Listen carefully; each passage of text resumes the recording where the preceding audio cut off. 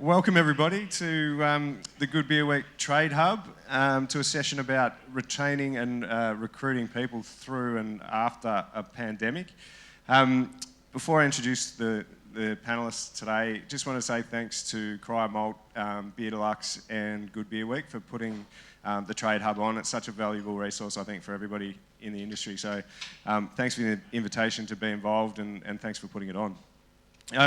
It's just nice to be here, I reckon. Nice to have Good Beer Week back up and running, seeing people at events over the weekend, some sort of semblance of normality after the 14 months or so that we've just had. I think the overwhelming feeling is probably cautious optimism at the moment. I think everyone is enjoying getting back into the swing of things and things feeling normal gradually, but I think also just the overwhelming sort of cautiousness that we've all got. We know how quickly it can flip, and we know it was only 8 weeks ago that we were in a full lockdown for a few days. So I think we're all a little bit on edge, particularly in the hospitality and retail industries that we work in, but at least I think we can be really grateful that we're here in Melbourne and not in a lot of other parts of the world, and we're in a pretty good spot. So 3 of our panellists up here are involved in the brewing industry, so manufacturing industry, and all of them are involved in hospitality or retail in some ways. So 2 of the big industries that were most affected over the last 12 months or so. And we're going to have a bit of a chat about what we all did in reaction to the onset of the pandemic, and then moving through some of the crisis management at the early stages, and some of the tactics to sort of help get our people through what was a really challenging time for everybody. And then we're going to just touch on a little bit about what sort of impact the pandemic's had on our businesses moving forward, and what sort of some of the changes or residual effects that the pandemic's had, and the impact that it continues to have on the way we go about things. There'll be time for a few questions at the end, so any questions that you might have throughout the session, just hang on to them and we'll throw to you guys at the end of the session. We'll try and get through the whole session without saying unprecedented, I reckon, but I can't guarantee it, but we're going to give it a crack. I forgot to word the guys up, so forgive us if it comes up every second sentence. Before we get into the content, let's just introduce ourselves. I probably should have done that at the start. My name's Justin. I'm one of the founders at Stomping Ground Brewing Co. in Collingwood. And I'll just throw to these guys one at a time for a brief intro as well. So, Pete, do you want to kick things off? Just hold it down, I think.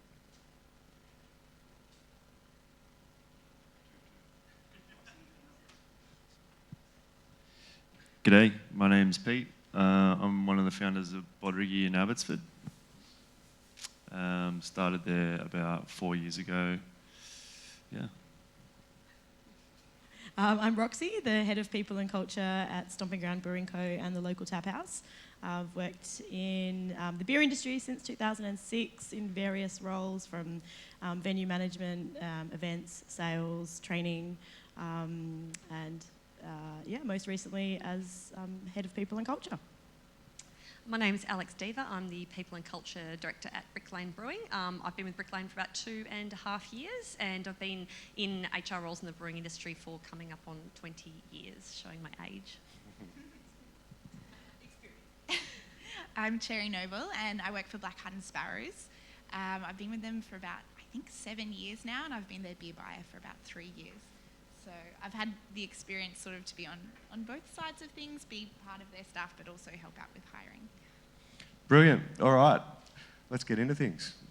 Let's just go back to around about the 23rd of March last year. Alex, maybe if you could kick things off by, it was about the 23rd of March when we realised probably the enormity of what was about to happen.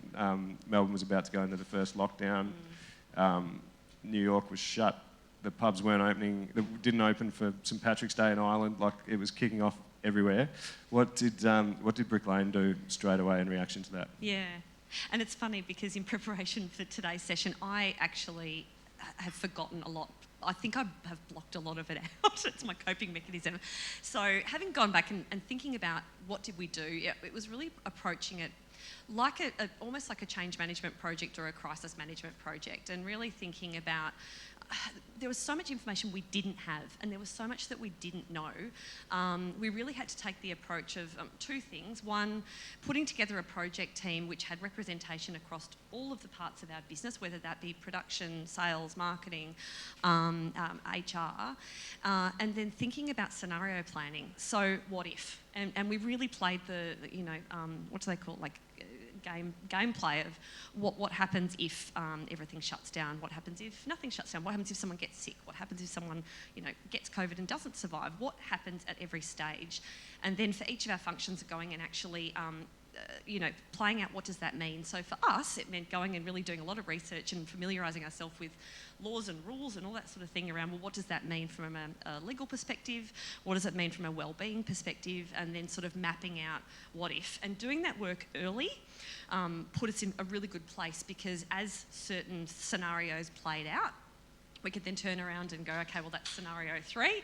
So we know that the law is this, so we're going to enact this. So that was probably the first thing. The second thing is communication was key. So we instantly set up a whole set of comms rhythms that were daily check-ins to find out what was the new news that we were getting, where did we need to get more information, and then quickly cascading that through the business, even if there was nothing to say. Because the number one rule of change management is you still give an update even if there's nothing to say, or people will invent their own reality. And it was hard because often people would, come to us for information that the government didn't even have, and we'd have to say we don't know, but here's what we have and here's what we can commit to. So yeah, that was probably the sort of the very high level approach. Changed every day. Yeah, absolutely. And how did you kind of sift through? There was a lot of information coming out of the news, obviously, from various. Some of it had a bit of an agenda and some of it didn't, and it was pretty confusing at the time. Yeah. I know for us, we had staff saying, well, this is happening, and we're like, well, it's not. Yes. That you've just because you've read it in the paper doesn't mean it's happening. Particularly pre-JobKeeper. Absolutely, the rumour mill was running hot. And so I think that the important thing was to be really clear on who was going to own. So one of the things I kind of took responsibility for was I was the key conduit between information and what the businesses needed to know. So every morning I'd get up and before I'd go and hang out with Dan every day, I'd go and jump on, have a look at what was being said on Fair Work, DHHS, Business Victoria, Premier's page, ATO. There were about 6 of them, and it was madness because you couldn't get one set of information from anywhere, and often the best sort of information was the Herald Sun. You'd go and find out what had been announced. Which is a worry. Yeah. So you'd go and find out what had been announced, and then you'd go and find evidence to find that was actually what had been announced, and then you'd craft your comms and you plan from there.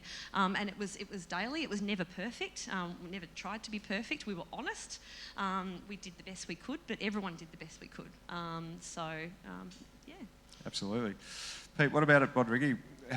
What was the scene like in those early stages, and how did you react? Yeah, not that dissimilar to what was just said then. We spent quite a lot of time battening down the hatches, cancelling all our subscriptions, basically trying to eliminate any cost that wasn't absolutely necessary, which it took a lot longer than we thought. And we then, a lot of analysis and planning in regards to certain scenarios of potential timeframes of the lockdown, and then once there was word of, it was quite likely that we weren't going to open to full capacity for a long time, so we started rolling out a bunch of scenarios and figuring out where exactly would be placed off the back of when or if they happened. Huge one, the communication thing. We sort of just, as you just said, just every day we found it to be, even if it was the same message as yesterday, we just made that a regular thing. And then there was also a little, we've got a Latin American kitchen, so there was a lot of visa discussion and people figuring out if they had to go home, and so there was a little bit of a, we kind of wanted to, I guess, secure our important staff members and give them clarity and work out a plan on when they're likely to be able to start making a living and what's that going to look like for the next for the next couple of months. So how did you sort of reassure them? Did most of them take off, or did they were getting told to take off by ScoMo, and it looked pretty bleak for visa holders? Were you able to retain any of them? Most of them did end up taking off. Yeah. So we tried to secure, and in hindsight, like coming out the other end of it, and I'm glad we tried, because it's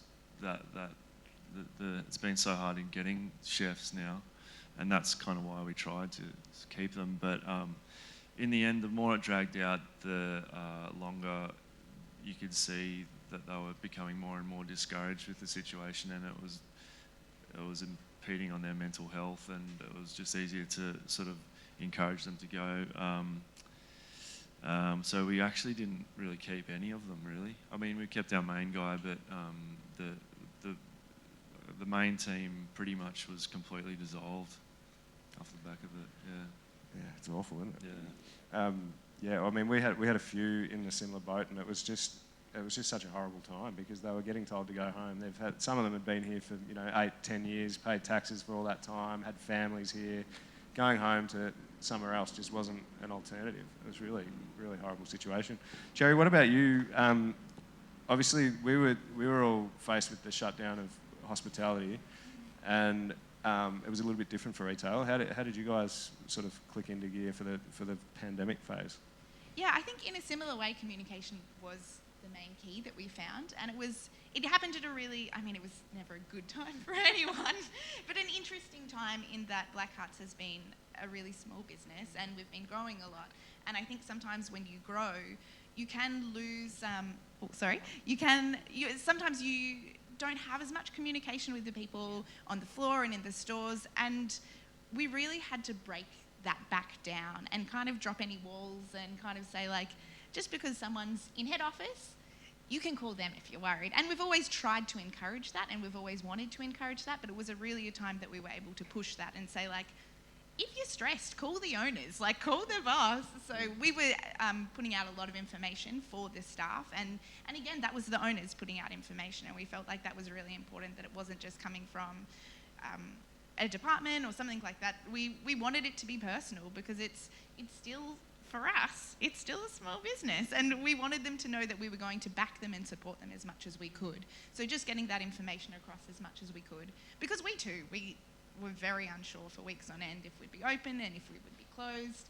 And communicating that to stores, saying, we don't know what's going to happen, but these are our contingencies, and this is how we'll support you if this does happen, and this is how we'll back you. So really just keeping in contact every day, and even myself, because I'm a buyer, but I was touching in the same way. Like, I knew HR was, I knew the other buyers were, I knew the managers were. Just sometimes every day, just calling up the stores and saying, how are you guys doing? Do you need anything? Can I help you with anything? Can I drop anything by for you? And just kind of making it personal as we could, so they knew that they were supported, and we were going to do the right thing legally, but we were also going to do the right thing personally and back them, because I think that was a massive part of that last year, was people, they were suffering. They were really suffering, and as much as, they're the staff, but they're your friends, they're your family, you want to back them. So yeah, we just got personal. We probably got more personal than we ever have, and I think that was good. I think the business felt smaller, and in the most positive way. Yeah, I think Alex, just before we came on, was saying almost the same thing, and that she now knows more about people's finances and family issues and health issues and everything else far more than she would have known otherwise. Yeah, it's actually such a good point around formal versus informal communications. You can put out emails, but there is power in picking up the phone and saying, how are you going? And for managers or whoever, just to reach out and go, hey, I haven't heard from you for a while, because it was the ones that weren't communicating, or the ones that weren't reaching out, that were the ones I was most worried about, because we didn't know what was going on. We couldn't eyeball them and make sure they were okay. It's a really good point. Okay, and Rox, you're in a unique position this time last year, because you were halfway through maternity leave. Just after the sort of initial crisis phase where everybody was kind of reacting, tell us a little bit about your experience of what needed to happen to get through the lockdown. Yeah, I suppose it was very unique for me because I was on parental leave when everything was happening. So my replacement certainly had her hands full, and she did an incredible job. And maybe firstly to add to what everyone was saying as well, the communication piece and being really personal was really important. Of talking with each individual employee, finding out their situation, letting them know what their options were. And then checking in with each person continuously. And I think that's probably something that we've learnt ongoing as well, to continue that on. What was the question? I can't remember. No, how was after the initial sort of crisis phase with the lockdown, when we sort of started implementing plans of how to get through the lockdown, what were some of the things? So continuing on those check-ins, each manager checking in with their team.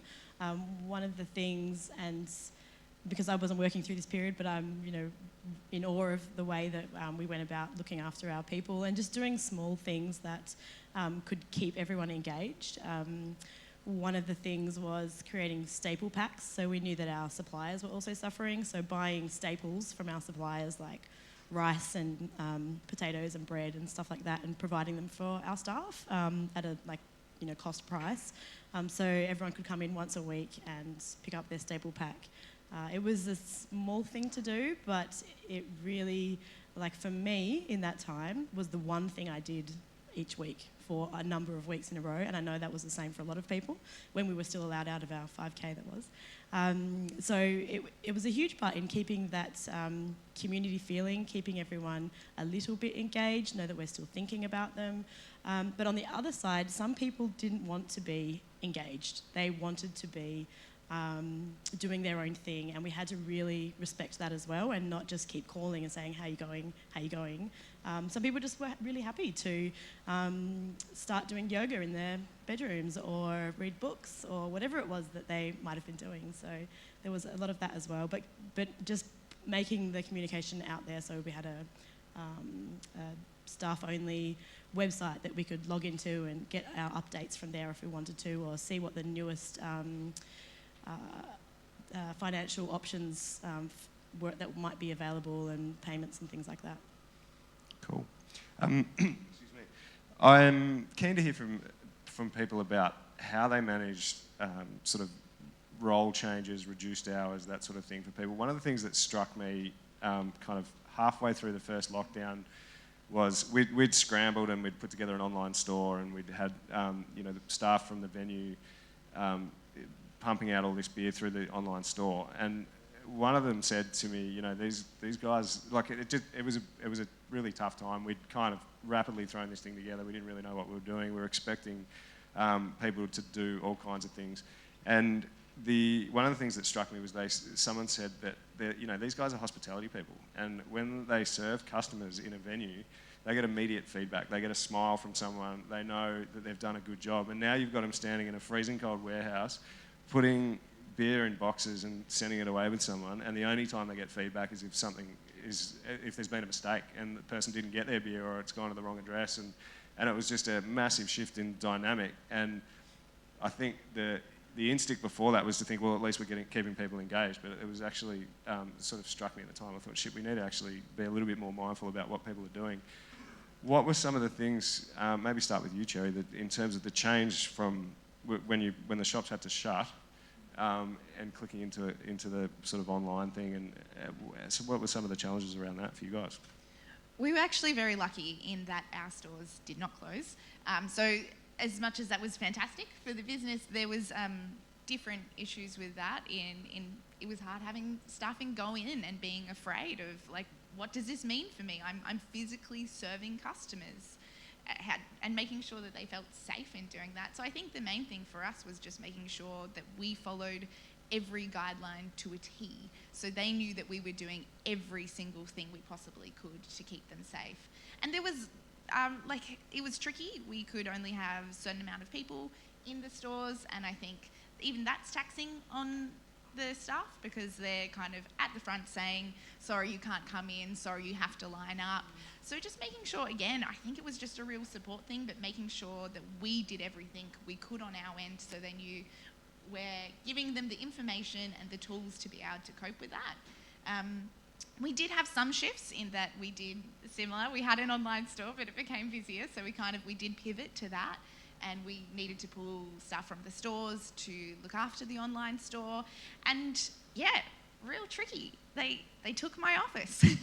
I still don't have one. So we all kind of just pivoted. Like, we gave them, they took that space so they could use it and work safely there. And yeah, just a lot of shuffling around. And I think, honestly, it just came down again to a lot of communication, of making sure people were happy in doing that, and making sure that they had managers who could support them in doing that and trained them. We did a lot of training over lockdown, because people don't want to stop learning, and especially if their role is switching. We wanted to make sure that they had the training and the understanding, and new staff as well. We wanted to make sure, because we had new people coming on, that they had the information they needed to do their job properly. So we just kept training, kept doing things, moved to Zoom. Yeah, cool. Yeah. And what about you, Pete? Did you have to put people into different roles they weren't used to? And yeah, well, I'm not sure. We kind of probably had a little bit of a knee jerk when it first really hit the fan. We pretty much closed, because it was hard to get straight answer with. We temporarily shut the brewery as well, and so for a week or nearly two, I think there was nothing happening in the whole building. And then it sort of become a bit more clear that we could. There was still good demand for beer, and we got back in there as quickly as possible. And then there was periodic stages where we did have some sort of food offering or takeaway outlet.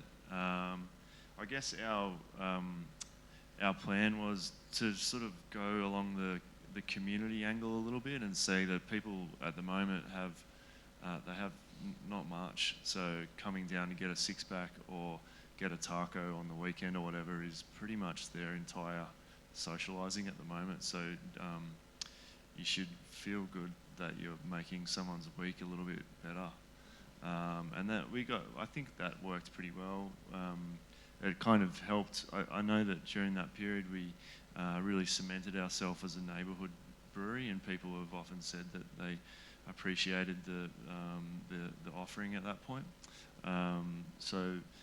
And that's I think the staff that we had processed that in a positive way as well. yeah, great. And Alex, what about yourself? You're bringing back so many memories. Just, I'm like, Sorry. yeah, I'm so proud of our team, because it was hard for everyone individually, but everyone was so open to doing whatever they could. So we had salespeople that, because obviously we lost all of our keg volume because there were no kegs. So all of our, on-premise sales sort of had to kind of go on pause. So our Vic sales team, for example, they jumped in and started working in the brewery, which was, that's been fantastic, because they've had an experience that's been a learning opportunity, but also they got to know the ops team a little bit better.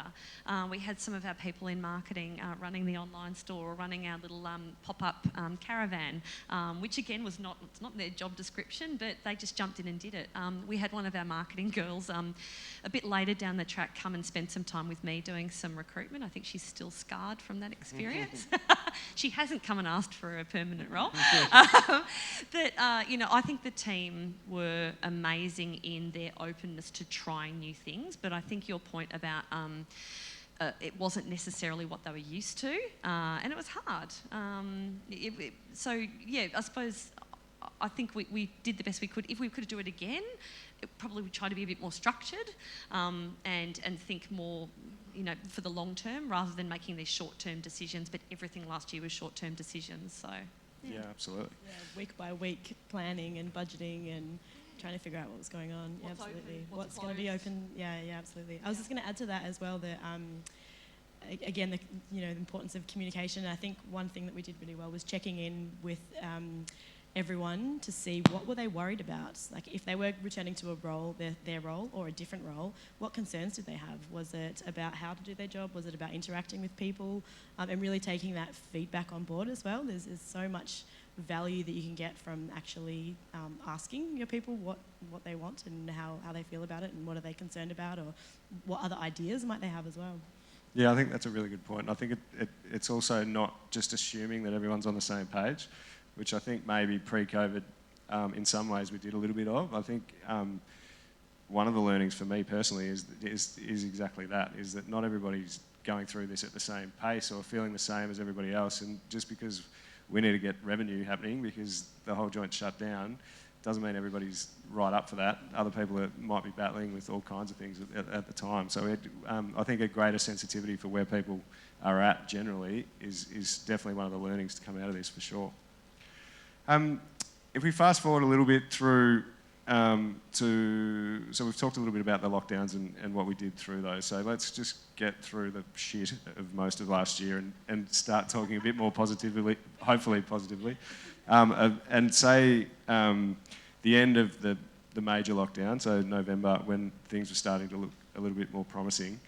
For me personally, I remember at the time thinking that I just didn't know if I had the energy to get the thing back up and running. I thought, like, if you read the papers and talk to people in the street, everyone's so excited, the lockdown's about to end, everyone's going to be able to go out and party again, and we all had to go to work. And that was a real weight for me, and I think a lot of, particularly hospitality staff, were like, fuck, you know, we've been through this with you, and now everyone's partying and we've got to go to work. So what were some of the challenges of that kind of reopen, and maybe start with you, Pete, reopening the venues and staffing back up and all that sort of stuff? Yeah, well, we sort of fell back on a lot of the analysis that we did, and there was a lot of forecasting, and just to make sure we knew that we weren't going to go backwards once we opened. That took a long time to figure out, and it was also it felt like the landscape had changed a little bit in regards to what employees' expectations were of their employer as well. So we had a lot of people that were full-timers that didn't want to be full-time anymore, and adjusting to each particular circumstance and trying our best to make sure the business was still in a good position, as well as the staff member was still happy to be there. Then it's just a matter of what, in regards to the actual venue opening, making sure that we are as profitable as possible, everyone's as safe as possible, and figuring out how we can filter 30 people in one space through as many times as we can in one day. And then just waiting for the next announcement and spinning it all on its head again and starting again, pretty much. But we would have had, we had like a scenario or forecast for 30, 40, 50, 100 people right the way through, and pretty much an aligning roster to that scenario, which, because we had so much time, we kind of did that ready, and we had that ready to roll, and I'm really glad we did that because it made it super easy. And we, when I was doing them, I didn't think we'd use them, but we actually pretty much used most of them, which was good. And did you struggle finding people in the immediate reopen, or you had enough people around just to get it open again? The initial reopening for I think it was 30 people, or even 20. It was fine because we had most of our full-timers had the core full-time team had stayed around. Mm-hmm. So that was pretty easy. We did have a couple of gaps to fill, but all in all, the initial opening wasn't too bad for us. Yeah, we kind of found, for us, we kind of felt like we're in pretty good shape, people-wise, until about a month into opening, I think, and then we turned around and went, where the hell is everybody? Like, we started pretty well, I guess, because of what you're saying, with the lower numbers of capacity, we didn't need as many people, and then within literally 4 weeks, I think we all turned around and went, we need people, and we need them in a hurry, and we couldn't find them anywhere. It was a real battle to start with. Rox, I think that, adding to that, we sort of reopened within our means as well. I don't think we didn't go to full capacity immediately. We did, similar things. If we can have 20 people, is it feasible? 40 people, is it feasible? And opened at what was feasible and within our means to do so. That was comfortable for our staff as well, and our spaces. So with the Stomping Ground and the Tap House, it was quite different as to what would work in each venue, and the menus as well, like you were saying about what's going to work. But then within, like you were saying, that first month, it was a really different style of service. So suddenly the staff who were used to just pouring beers behind the bar, they're running food and they're doing table service and they're interacting so much more. And like you were saying as well, Cherry, saying no to people in lines, taking bookings, trying to turn over tables. Like it's this whole extra layer of sanitising your hands every 2 minutes as well. So it was quite exhausting. We had quite a few staff have burnout just from returning to that kind of thing and reassessing, is this style of hospitality what they want to do?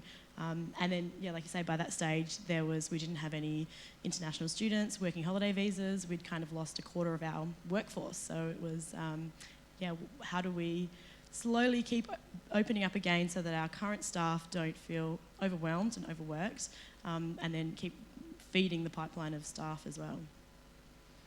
Alex, what about Brick Lane in the immediate sort of reopen? Yeah, we were fortunate that our production volumes bounced back quite quickly. We had a lot of, most people back up to full time by probably about July, August, with the exception of our Vic sales team, which based on the restrictions, they were in, they were out, they were working from home, they were out, changing every week, which was great, but I think still even today there's definitely a tiredness amongst not just Brick Lane, but everybody. There was a really interesting article I was just telling Roxy about by a guy called Adam Grant, who's an organisational psychologist, who talks about this thing called languishing, which is I'm not depressed and not functioning, but I'm not high performing either. And I'm kind of sitting in this weird middle where I'm a bit tired and a bit lethargic, but I'm getting done what I need to do. And I speak to people at my kids' school and my friends, and I think everybody's still feeling the effects of last year. And I think the big theme for this year is going to be, yes, getting more people in the door, but also well-being, and how do we get people feeling great again and feeling like, driven and energetic, and that's going to take a long time. And so I think that thing you said at the start, how you were feeling, I think that's going to keep going for quite a while. But yeah, we were fortunate we got everyone back into their jobs very quickly, but now I think this longer-term effect is going to be the bit that comes on. In terms of staffing, it's really hard to find people. Initially it was because for a lot of people it was easier to stay on JobKeeper than to work. That's gone now, but we're still finding the problem is now everybody is recruiting. We're all recruiting at the same time for the same jobs with a limited resource pool. It's a great time to be a candidate. Yeah, absolutely. And especially, as Rox said, with no working holiday visas really to speak of, no international students, it's a real battle, and I think everybody's feeling it. So what about the future? What's going to be the lingering sort of effect? You just mentioned a couple of things there, Alex, as well. But for Cherry, what sort of impact do you think COVID's going to have moving forward on particularly on the staff side of things and how you hire or retain people? Yeah, for sure. Well, almost just touching back on what you said, I think there is a real tiredness from all our staff, and we were in a really unique position that we didn't actually close. So a really important thing for us at the moment is just making sure that our staff are okay and that they're taking leave, that they're taking breaks, that they're looking after themselves, that we can support them. We hired a psychologist, and we had some sessions with them, and we hosted those on Zoom, and we had everyone come in and do like some workshops, some meditation workshops, just because we were like, people are struggling and we need to find ways that are practical and that they're going to come. So we're kind of working on that, because it's not so much that we closed and we had to reopen. It was more that we were open the whole time and people were exhausted by now. They're feeling it now. So I think our long term is really making sure that we back our staff, and whether that be just keeping to like check in with them, or whether that be making sure that there's new roles for them. And I think that's something that's quite exciting about Blackhearts at the moment, is it is growing, and as it's growing, we're making sure that we're really opening up opportunities to our staff and saying, you've been with us for a long time, you've been through this, we appreciate how much you've stayed with the business in a really tough time. How can we help you? How can we progress your career? How can we back you?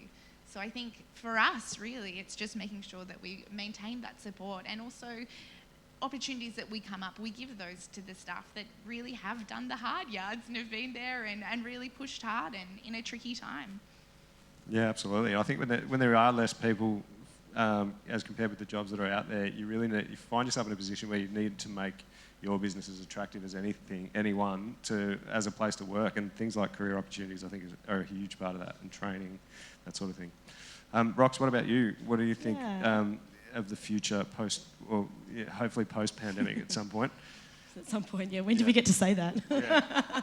I was thinking about, the challenges aside of recruitment is really challenging at the moment. It's also, like you say, an exciting opportunity to really put yourself as a employer of choice and to do those things that are going to keep your staff there for longer. Be proactive, by setting up employee benefits or being proactive with different policies that you have in place, like parental leave and things like that, as our industry matures in hospitality and in the beer industry as well. And people have really started to reassess. I'm sure everyone has seen that in their own lives or in someone else's life close to them. They've reassessed what's important to them and what they want from their jobs or what they want from their career. So having clear... something that we're working on at the moment is competency matrix, so that people know, well, this is my base level of knowledge, what do I need to do to get to the next level? Might not necessarily mean a promotion or a pay rise or something, but just so that they feel like they're progressing. And then you might find some people who just want to be great at the job that they have and don't want that progression as well. So just recognising the different things that people might need. And if it is something that is completely outside of the scope of your venue, well, whatever we can do to support them through that is going to keep them longer.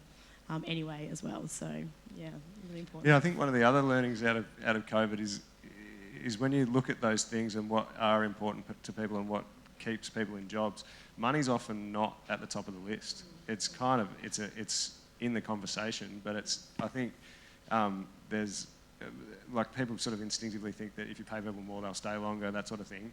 But I think what we've found, people have had to make do on less money for the last 12 months for a start, but also with that reassessing of what they want to do and where they want to be, they're just sort of judging their workplace in a different way, that it's not always just about how they're being remunerated. Definitely, and the values of a company.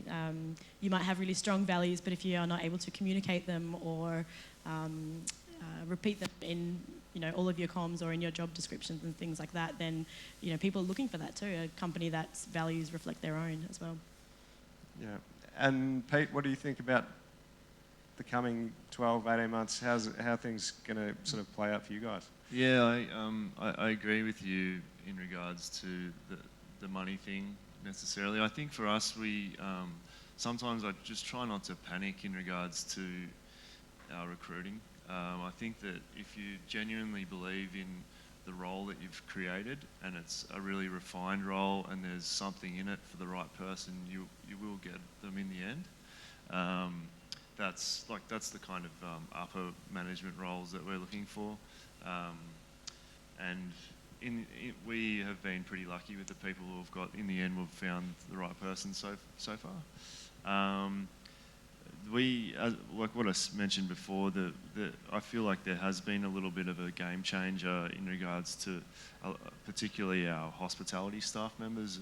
A lot of them, we've noticed, don't want to work as much as just the pure amount of hours has come back a little bit. So it is a little bit of a case-by-case scenario, working with the ones that we think are beneficial for the business and trying to custom their role a little bit. We have also we've rolled out an incentive-based program for some of our upper management staff as well. So and we've done that together with the staff members. So we've put it all together. They've basically written a bonus plan for themselves, which has been really, really good, really beneficial. So it's a kind of setting targets that's not necessarily monetary targets, but it's targets to see the benefits, the business benefit, and everyone get around that and get a bit of vibe behind it. Has been really, really good. Yeah, great. And Alex, I'm keen to hear from you about recruitment. I know you've done a lot of it. We've been recruiting a lot lately as well, and have had some sort of a couple of soul-destroying recruiting, kind of, not soul-destroying, but some difficult recruiting where we just haven't found in the applicants what we want. And so rather than hiring the next best, we've just not hired and we've made do, and then we've eventually found that person in most cases. And it's in hindsight, that was a great decision. But what are some of your thoughts on recruiting and how you get through a difficult phase when there's just not the applicants out there? Yeah, that's such a good point. I really like what you said, Pete, about being really clear on what the role is. And I think taking the time to really clarify the role, how it fits in the company up front, means that you'll then go and hire the right person rather than sort of a generic, we'll just get whoever's sort of available, because panic hiring never works. It doesn't work for the business, it doesn't work for the candidate, and it leads to problems. That we've had roles that we've been trying. I mean, I've had a couple of roles that we've just not been able to fill because there's just not the right candidate at the level that we needed at that point in time. What we need to do, and what I think we all need to do, is look at longer term talent strategies beyond hiring for vacant roles. So how do we grow talent through things like alignment with industry bodies and universities and TAFE courses, and grow skills instead of buying them in, because buying them in isn't working. And it's, you're competing against 10 other companies that try and hire a brewer at the moment. If you figure it out, let me know. I'll pay money. It's really hard. So how do we do that in the long term? I think we're going to have to find other solutions. Training people on the ground, getting in. I suppose the other thing to add to the thing about getting the role clear is hiring for the right attitude, because you can teach someone the skills, you cannot teach someone to have the right attitude and that fit into the culture and the values that you want for the organisation. But I'd never hire second best ever. Great. Has anyone got any thoughts on casuals and what's about to happen in September? Roxy, you put this on the agenda. Lots of thoughts, on the agenda. I know. So for those of you who don't know, what it's going to become very difficult to have casuals after September. Basically, from September, if a casual's been with us for 12 months or more, we are obliged to offer them a part-time or full-time contract, which has all kinds of implications. It has minimum hour requirements. It's holidays and sick pay that we need to manage, and it's debatable whether it's good for the business or good for the employer, because we've got so many casuals that like to work, 45, 50 hours a week when they're about to go overseas, or they want to be able to have the spikes, and they want to have the flexibility to have the time off in the same way that we need. It's going to be challenging to get around some of the other things. What are your thoughts, Rox? How are we going to manage it? Good question. Definitely something that we've been going back and forth about, and considering whether it's something to offer straight away, part-time contracts and not have casuals. But the flexibility that you need in hospitality comes from your casual workforce. So it's really, really challenging. I think it's also great because people are going to have more job security, the people that do want it. Coming back again to what we were talking about you were saying with the incentive plans, asking our people what do they want, and I think it might be a good way to do to find out sort of how the casuals are feeling. Would they take up a part-time role? Would they have taken a part-time role to begin with? And sort of check the landscape from them as well. Cherry, what is most of your staff, are they casual or full-time, or is this going to be a big impact on you as well? Yeah, I'd say it will be. I think we're quite a mix of people. We have a lot of uni students. We have a lot of winemakers. I think it's going to be really tricky for them in that vintage is our worst time for staffing, because I would say about half of our staff are doing viticulture, or they're off to do their vineyard work for a couple of months. So it can be really tricky for us. I think it's going to be a challenge specifically at that time of year is going to be the hardest time for us. Honestly, I think it's just going to be a case of being as prepared as we can and making sure, again, that we know what the staff want out of that situation, and how can we support them that they can do the work that they're passionate about. A lot of them are winemakers, that's what they want to be doing, but they still have a job and we're offering them that security. So I think it's going to be probably a really big case-by-case situation, and finding out what they need. The thing that I think will be interesting to see is if, and I know this has happened in retail already when there was word of this starting to happen, is that employers started rostering casuals as real casuals, so completely different shifts every week, different hours, random shifts, and that's like the true casual, so that they're not obligated to offer a casual, a part-time contract. So it would be interesting to see how many employers have actually already started doing that. And I know for a lot of our people who are students, they like the regular hours because they know Monday they go to work, Tuesday they go to uni, etc., etc. So and that sort of might not work for us. So I don't know, it'd be really interesting to see. Yeah, cool. We're going to wrap up and go to some questions in a sec, but I feel like amongst all the doom and gloom that maybe we could come up with something positive that came out of the last 14 months before we wrap things up. So if I could just, in no particular order, who wants to go first with a learning or something that you can sort of pull from the ashes of the last 14 months that you'll take with you that will improve the way we go about things? I'll go. I think the flexibility around work and understanding, like you were saying, Alex, each individual person's needs and situations, and making that a little bit more open between employee and employer. I think that's an awesome positive thing that we've all learnt, is that for those who can work from home, they can work from home. We can have more flexibility. You don't have to be a parent to need flexibility in your work hours as well. I think because that's always sort of been the case, that the parents would have the option to work from home when needed, but everyone might enjoy and benefit from that. And I think having I think our people also valuing the way that we go about our work and how much we value them, and then recognising that as well. Like, it's been a mutual kind of feeling, I think, of camaraderie, and that's been a positive aspect. Nice one. Pete?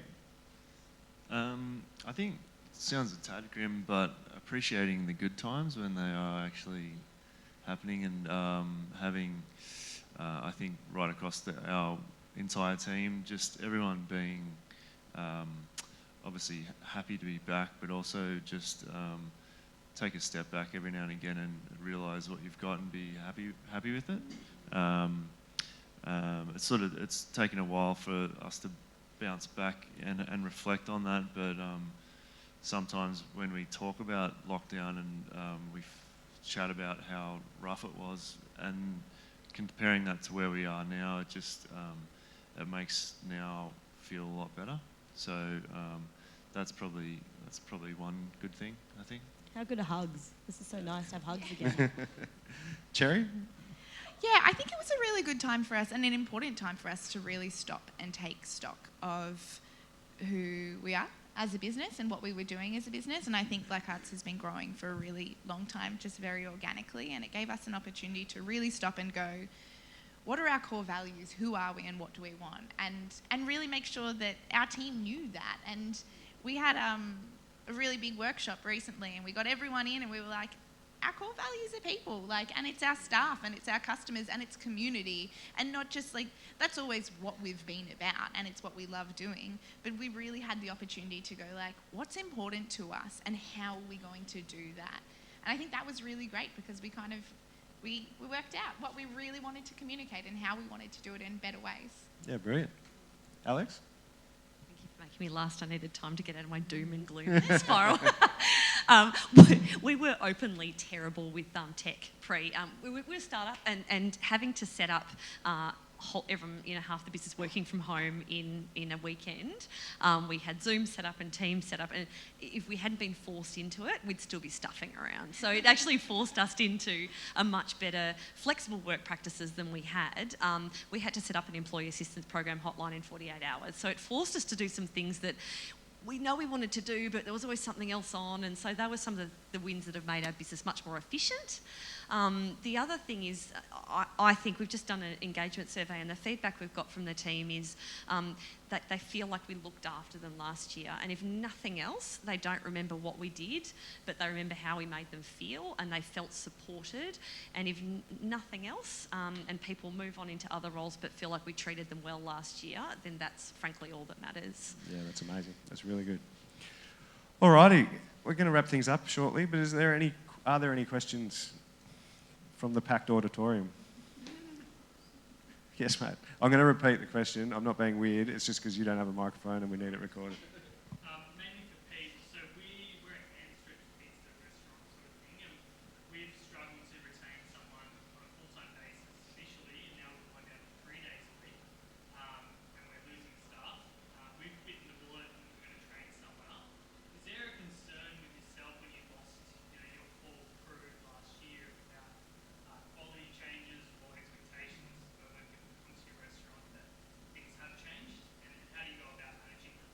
so I'm going to paraphrase.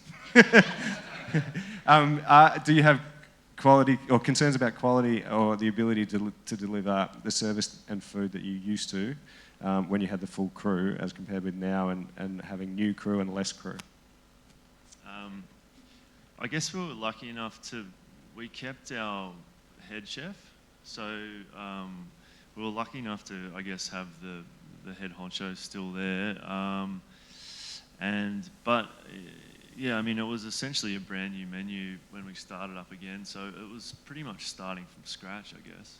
So everyone that was under him needed to be retrained, and everything that the trade that we'd done in the year previous to that wasn't relevant anymore. So there was it was pretty much starting again, really. So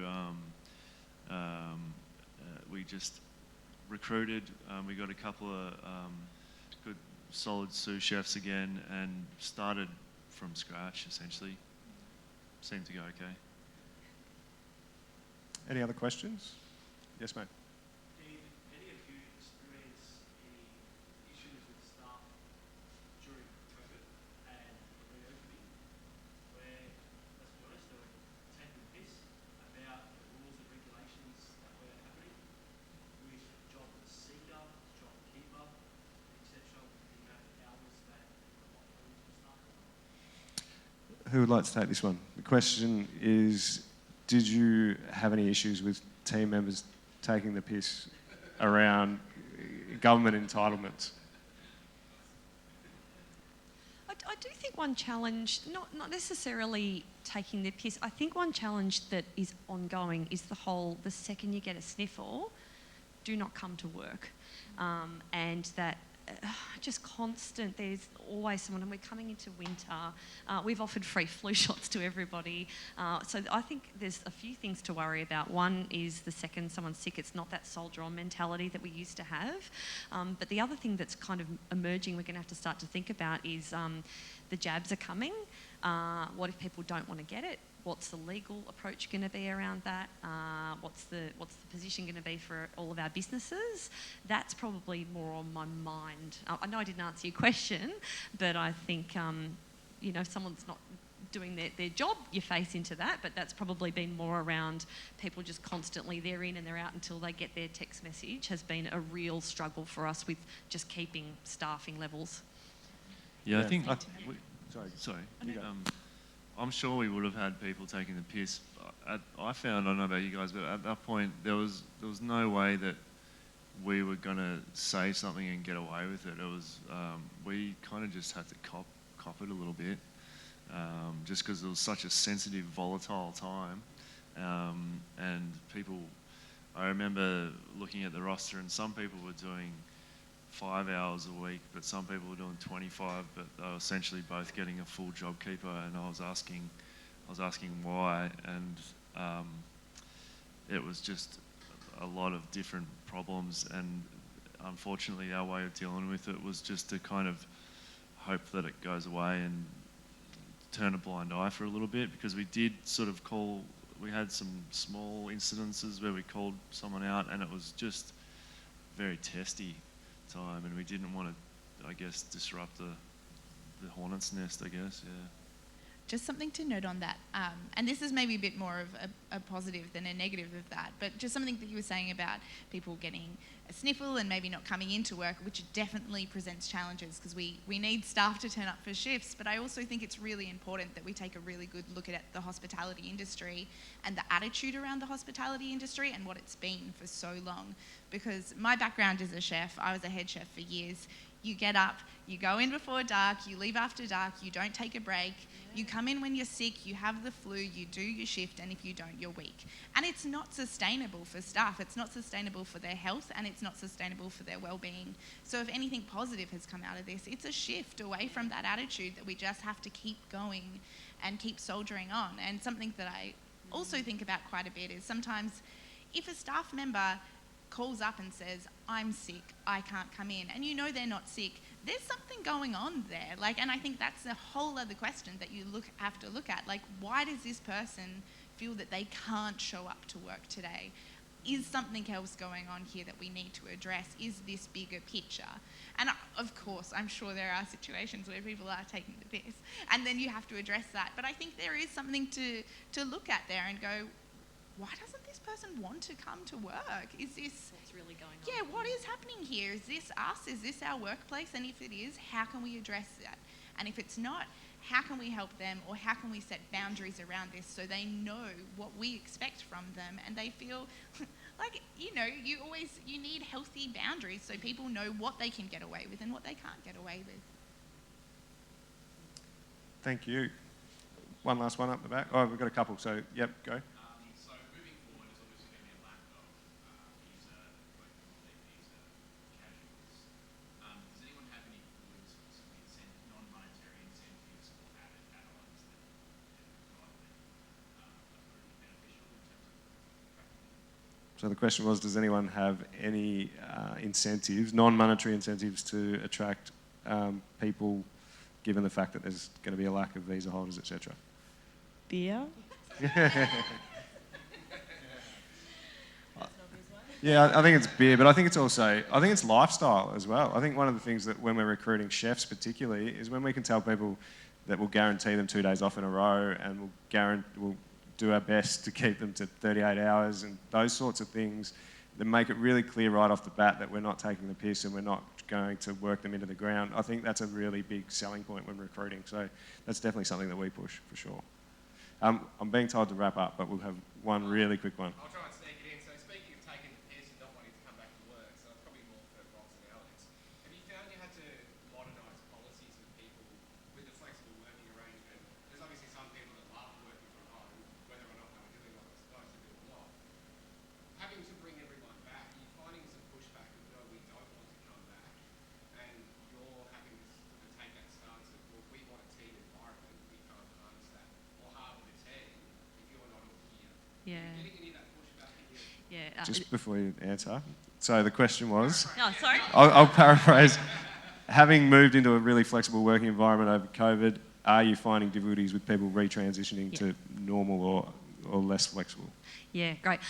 This is something we're grappling with right now. And the approach we've taken from the last snap lockdown was let's see what people do with no strict rules. And I think the worst thing you can do is come in X days a week because that's what I say.